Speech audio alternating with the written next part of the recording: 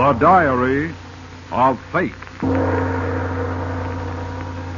Fate plays no favorites. It could happen to you. Book 97, page 302. Yes, here it is. The name Nelson Walker. Occupation undetermined.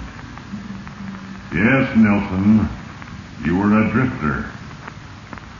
You have held a dozen different positions. You've never been able to settle down. And now, as the ledger of your life lies open before me, I, Fate, look ahead to a single instant of horror. Okay, never mind that. Where's the money? Here, in this envelope. Oh, thank you, Nelson. Nelson, let me go. Nelson! I'll never let you go. Nelson! Oh, truly, you'll never tell. Never.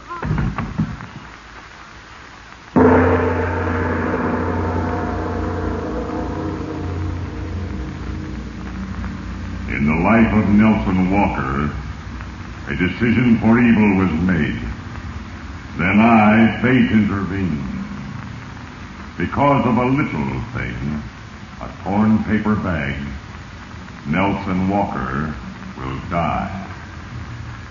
But take heed, you who listen, for I, Fate, am not unjust, not unmindful of mortal rights. In a moment, I will read again from The Diary of Fate.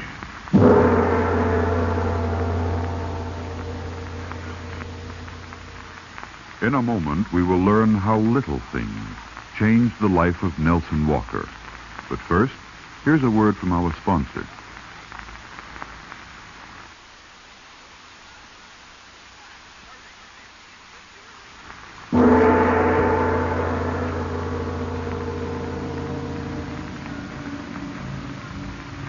In the life of Nelson Walker, a murder was committed.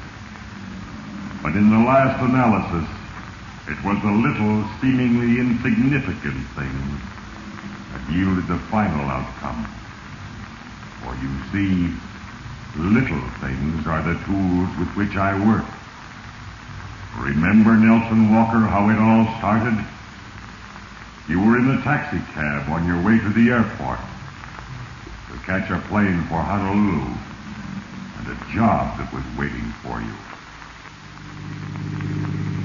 Can't you go any faster, driver? Afraid not, mister. I'm pushing the limit now. Ah, but I've only got 10 minutes to get to the airport. I'll miss my plane. I'm sorry. I'm doing the best I can. Hey, what are you doing? Why are you stopping? Did you see that signal? There's a train coming. Oh, come on. Step on it. Run through it. You've got time. Not me, brother. But I'm going to miss my plane, you fool. Run it. Ain't that too bad about your plane, fella? I ain't risking my neck for nobody, so forget it.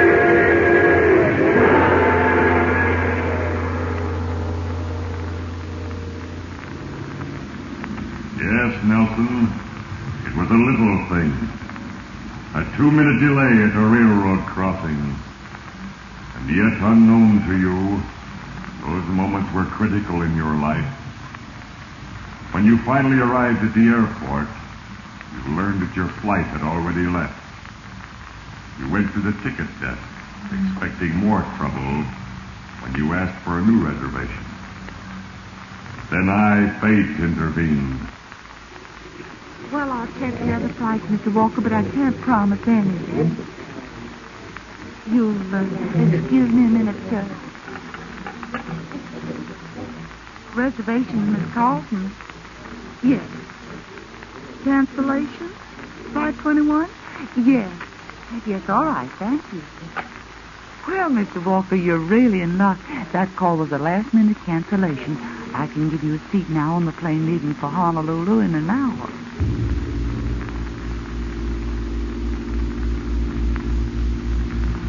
Yes, Nelson. I, Fate, arranged a last-minute cancellation. And now you had a seat on Flight 21. You checked your luggage, bought a newspaper, and strolled into the airport restaurant where you sat down and ordered coffee. As you waited, a A man's voice drifted to you from a nearby booth. Now, don't you worry, Mr. Blair. No one knows any better than I do that $75,000 is a lot of money. But then I've been in this business a long time. You can count on Rick.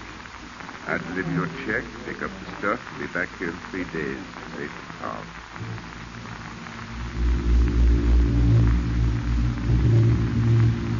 The words you heard angered you, Nelson. A man named Rick. $75,000 so casually discussed made you feel small and cheap. You left the restaurant without glancing at the men in the booth. And when your flight was announced, you got aboard.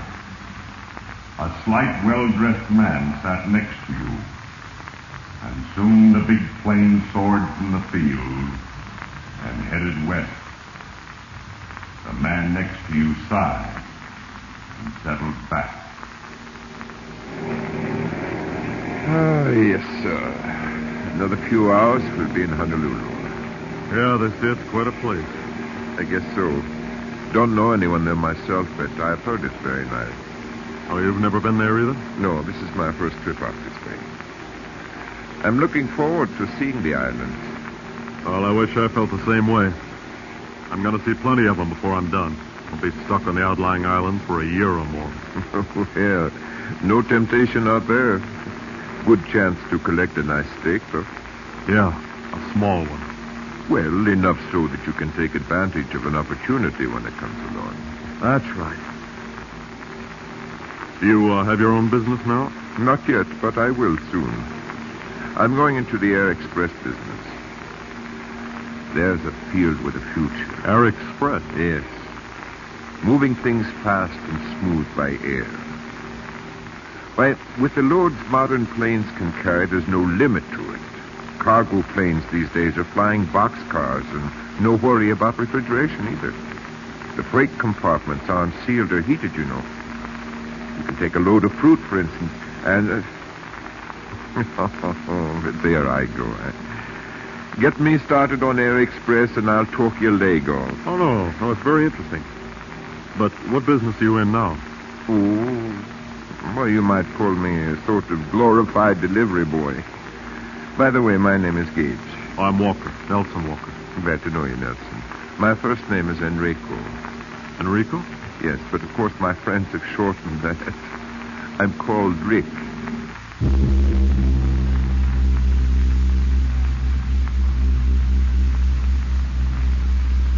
Yes, Nelson. Because of a moment's delay at a railroad crossing and an unexpected ticket cancellation, you now sat next to a man with $75,000. The man you had overheard in the airport restaurant. You looked at him closely and tried to remember all that you had overheard. But then another little thing happened. Say, Nelson, how about some gin rummy to pass the time?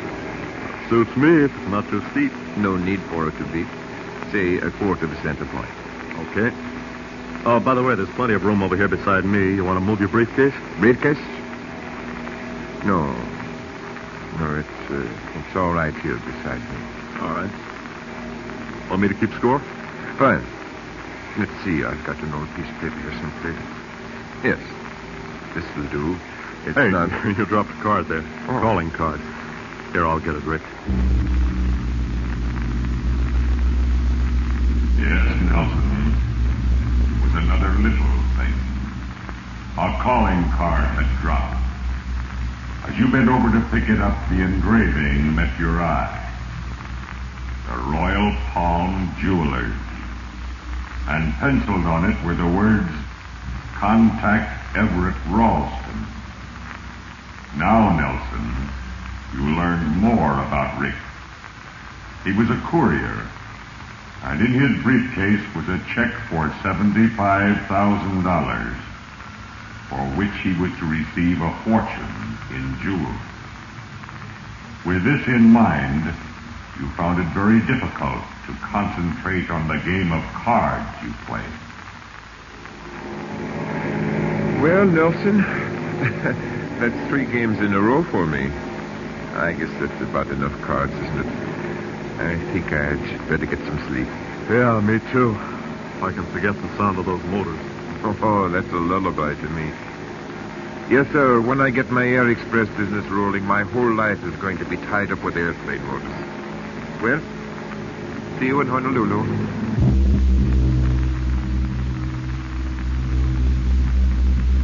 Yes, Nelson. Tomorrow you would be in Honolulu with nothing more than just another job to look forward to. Yet in the adjacent seat was a man who held a fortune in his hand. You were impatient when the island of Oahu came into view. A few minutes later, a warning light blinked on, and it was time to fasten your safety belt for the landing. Well, we're practically there, and I'm glad of it. Hey, aren't you going to fasten your belt, Rick? Me? No. I always have, but nothing ever's happened. These modern planes land smoother than you can park a car. You watch now. See? Nothing to it. Yeah, but hey, we're not slowing down. Something's wrong. It's not stopping. We're overshooting the field. The brakes, they're not holding. Gage, we're going to crash. That hangar, we're going to hit it. Look out!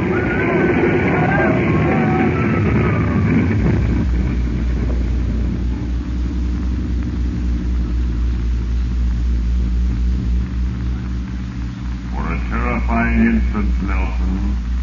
Your mind was staggered by the awful impact. Then, as a torrent of noise and confusion burst over you, you saw that your newly found friend, Enrico Gage, was dead. This time, he had not fastened his safety belt. Almost without realizing what you were doing, you reached for his briefcase. Then you took his wallet and scrambled for the door. All right. I'm hurt. We'll get you all out as soon as we can. Now, look, those of you who can walk, give me your name to check against the passenger list. Now, what is your name, sir? Me? Yes. My name?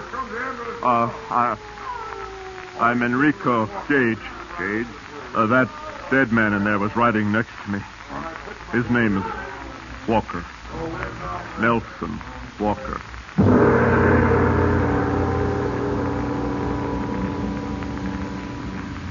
Yes, Nelson. In the tragic confusion of an airplane crash, you made a decision.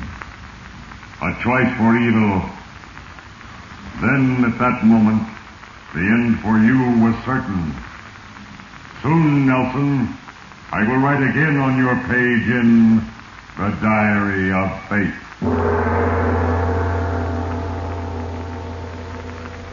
The end for Nelson Walker is certain. Certain as fate. But before we continue our story, here's a word from our announcer.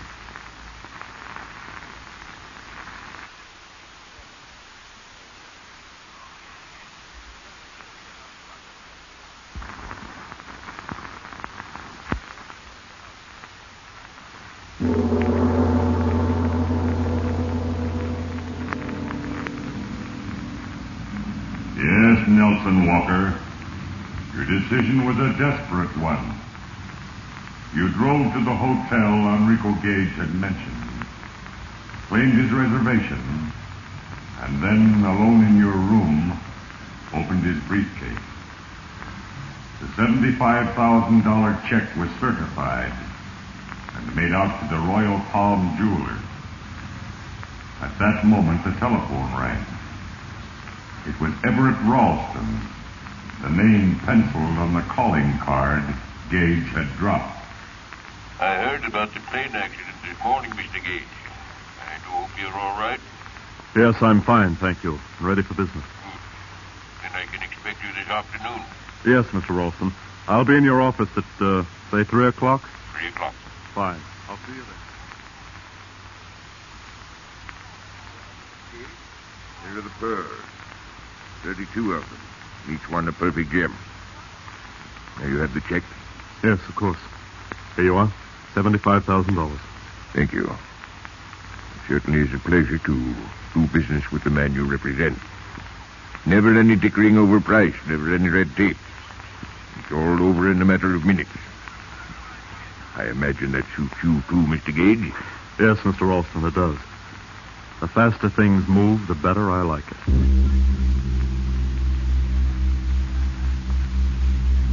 Yes, Nelson. Every instant of your impersonation was a moment of danger. After you left Ralston's office, you made a reservation under an assumed name on a plane leaving for Australia that night. Then you walked back to your hotel, the case of pearls safe in your pocket. It was then, Nelson, that I, Faith, again intervened, and another little thing happened. As a woman in front of you, carrying a large package, opened the door of her car, the paper bag ripped, and a number of parcels fell to the ground. Oh, that stupid... Oh, here, let me help you. Thank you. That stupid clerk gave me a torn... Why, Nelson! Nelson Walker! Trudy Masters. Hey, this is a surprise. I had no idea you were out this way. What are you doing here? Oh, going with rich men, you might say, but tell me, when did you get in? Just this morning. I came by ship, luxury liner. Yeah, and believe me, this beats shivering in San Francisco. Oh? This your first trip to Honolulu? Yeah, it is. And I'm afraid I won't see much of the place either. I have to leave tonight. Oh, that's too bad. In that case, I suppose I'll have to be the aggressor. Aggressor? What do you mean? You're taking me to dinner tonight, Nelson. Why, sure.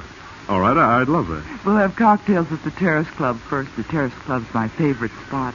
We'll have a lot to talk about, Nelson. And now you've heard the lives and loves of Trudy Masters. Any comments, Nelson? Only one. You haven't changed a bit, Trudy. If you mean I still like luxury and still know a good thing when I see it, you're right. But now how about that dinner? Oh, constructive thought. I'm famished. Give me a moment to make with the lipstick, and I'll be right back. All right, but hurry, will you? Well, Mr. Gage, hello again. Hello, Mr. Ralston. How are you? Fine, just fine. Join me in a drink? No, thank you. I'm with someone, and we're just about to leave. Oh, I see. Perhaps another time, Mr. Gage. Oh, by the way, I forgot to mention it this afternoon at the office, but I'd like you to come out to my place on Saturday. Well, I'm sorry, Mr. Ralston, but you see, I'm leaving tonight. No, too bad. Well, any time you're back this way, please drop in and... Why, Trudy Masters. Hello, Everett. You know Trudy? Why, yes, we're old friends, aren't we, my dear? Yes, we are. By the way, Everett, how's your new bride? Bride? Oh, yes, it's my wife. She's fine, thank you. Well, I have to be running. Goodbye, Mr. Gage. Goodbye, Mr. Ralston. Mr. Gage? Why did he call you that? I have no idea.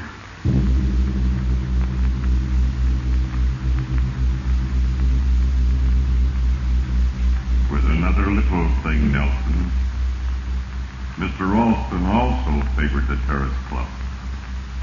Now you fully realize that the sooner you were away from Honolulu, the better off you would be. You hurried through dinner with Trudy, and then an hour later, alone in your hotel room, you smoked innumerable cigarettes, and you waited impatiently for the time to pass.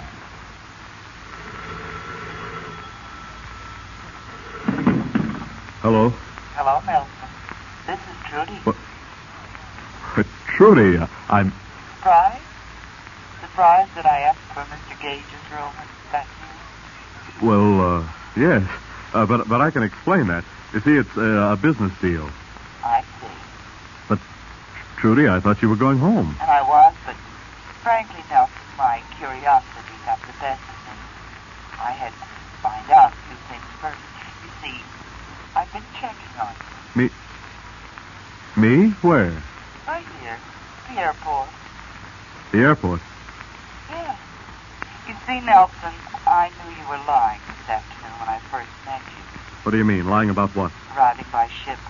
Luxury liners from the mainland only come in once a week, on Wednesdays. This is Monday now. So what? So I checked the airline, particularly the flight that crashed this morning. And I found out that an old friend of ours was killed. A man named Nelson Walker.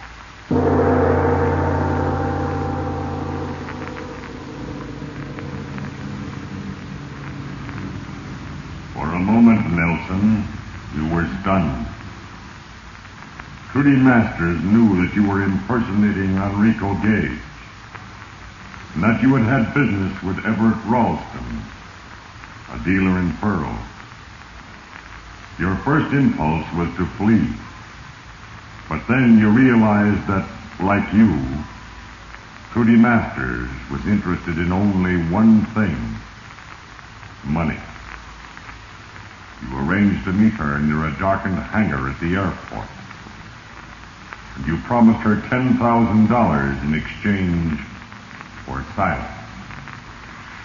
$10,000, which you did not have.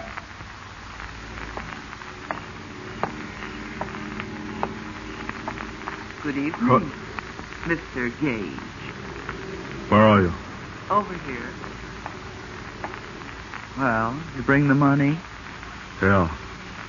Are you alone? Of course. What did you expect? I don't know. I'm not used to dealing with blackmailers. Never mind that. Where's the money? Here in this envelope. Oh, thank you, Nelson. Nelson, let me go. Nelson! I'll never let you go.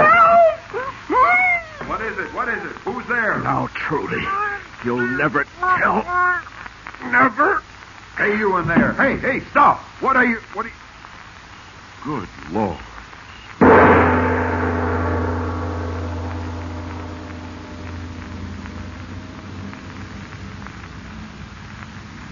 Yes, Nelson Walker. Now you had murdered. Yet as you ran blindly through the night, your thoughts were only of escape. But the pilots who had heard Trudy's last cries spread the alarm. You saw others join in the chase for you. You fled into the rear of a busy freight hangar and crouched for a moment behind a pile of boxes. Then suddenly the two words, Air Express, stenciled on a large green crate in front of you, gave you an idea. A way out. You thought briefly of Enrico Gage. Yes, sir. Moving things fast and smooth by air is the only way to do it. Why, cargo planes these days are just like flying boxcars. Can't be beat, I tell you.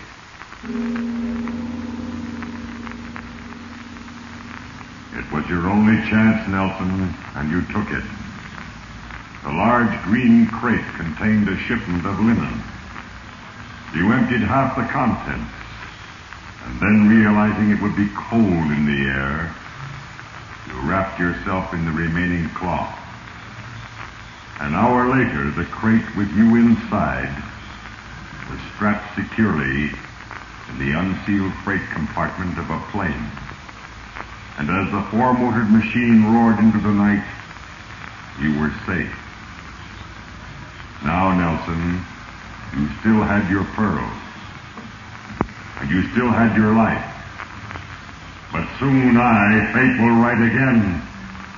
Soon I will record your final entry in the diary of fate.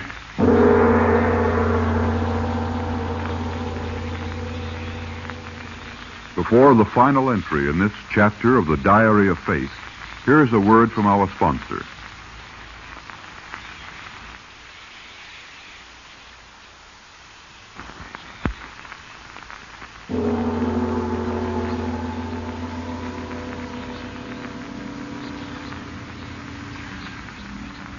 Yes, Nelson Walker. As you huddled safely in a box in the cold, unsealed freight compartment of the giant plane, you were content. For each hour saw you farther away from Honolulu, where you had choked a woman to death. You were not aware that each moment also carried you closer to the center of a heavy storm that thundered over the vast Pacific. Yes, soon even the plane's pilot became concerned with the tempest that raged around them.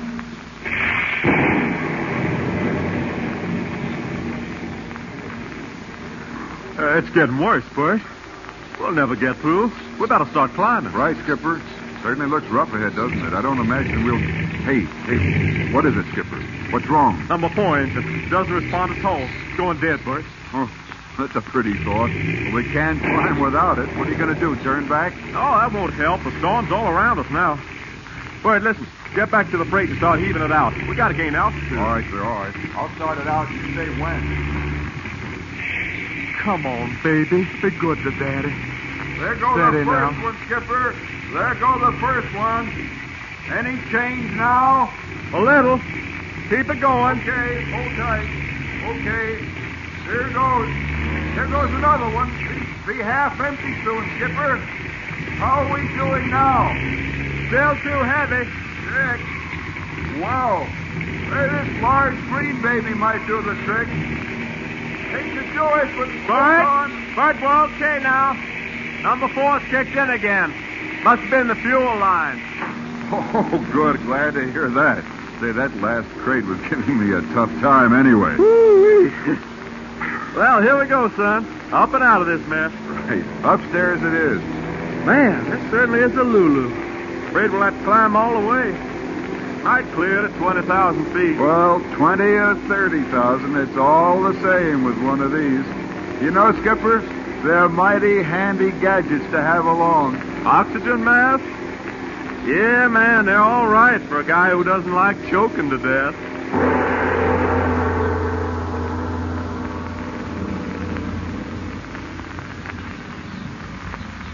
Yes. Even as Nelson Walker choked the breath of life from Trudy Masters, so did the means of his escape stifle him first into unconsciousness, then to ultimate death.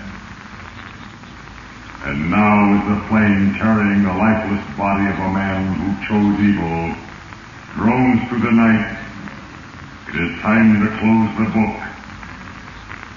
In the case of Nelson Walker, as in the cases of all men, I, fate, am but the instrument of a plan. And the countless little things are the tools with which I work. Because of a delay at a railroad crossing, a last-minute ticket cancellation, and a dropped calling card, Nelson Walker reached the crossroad of decision. He took the path of evil, and then because of a torn paper bag, Nelson Walker met Trudy Masters, and eventually justice. Ponder well the moral, you who have listened, and remember, there is a page for you in the Diary of Fate.